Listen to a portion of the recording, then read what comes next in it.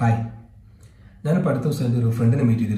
I conversation in our career incidents recall. That incident actually video inspiration. Apple work normally managers choosing the reports straight away system export to the boss data. I want this report in Excel. So even straight away, we have to move the data and enter it. Report to manager Excel actually that's video inspiration. Our career we next level elevate report skills very important. We data information informative reports that's Excel knowledge okay. Why can't we start a Excel video tutorial series? ING tips videos. Okay, so this is the first video of the series. So let's start.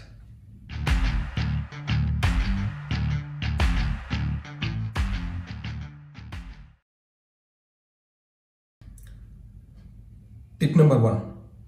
We have data characters uppercase and lowercase and mix. Now, we have uppercase, lowercase, proper case.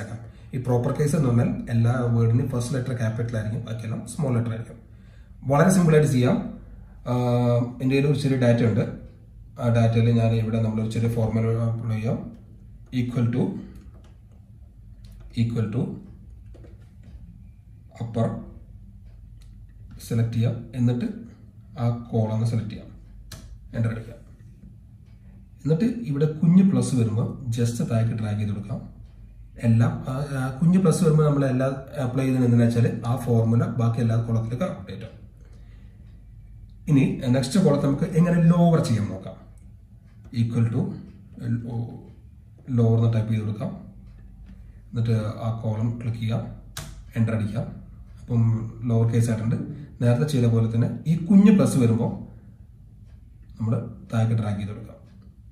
Update. In proper casing, same method equal to proper select here, age column data and select here, enter here. Plus double click here, a column full right. Okay. This is tip number 1. Tip number 2. We word and PowerPoint we typing error spelling mistake system automatically correct. But Excel normally Excel we spelling mistake correct. Simple. We have data data spelling mistakes. So we have to go to review. Review first option ABC spelling. Click here. Do you want to continue beginning of the sheet? Yes. We have suggestions which correct here, how correct here, about correct here. And all words we sheet full check correct. This is what when correct already spelling. Okay. Tip number 3. Highlight duplicates. We have a Excel sheet with data. Duplicate values highlight duplicate values.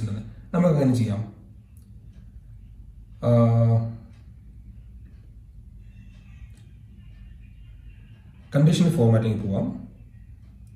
Highlight cell rules select here. Duplicate values. Okay. Now, we have red color values duplicates system. Okay. Now, we can identify duplicates identify. Tip number 4. We have duplicates highlight. We have sheet duplicate values remove. Sheet duplicate values column select. Okay, in the data data option remove duplicates. I click here.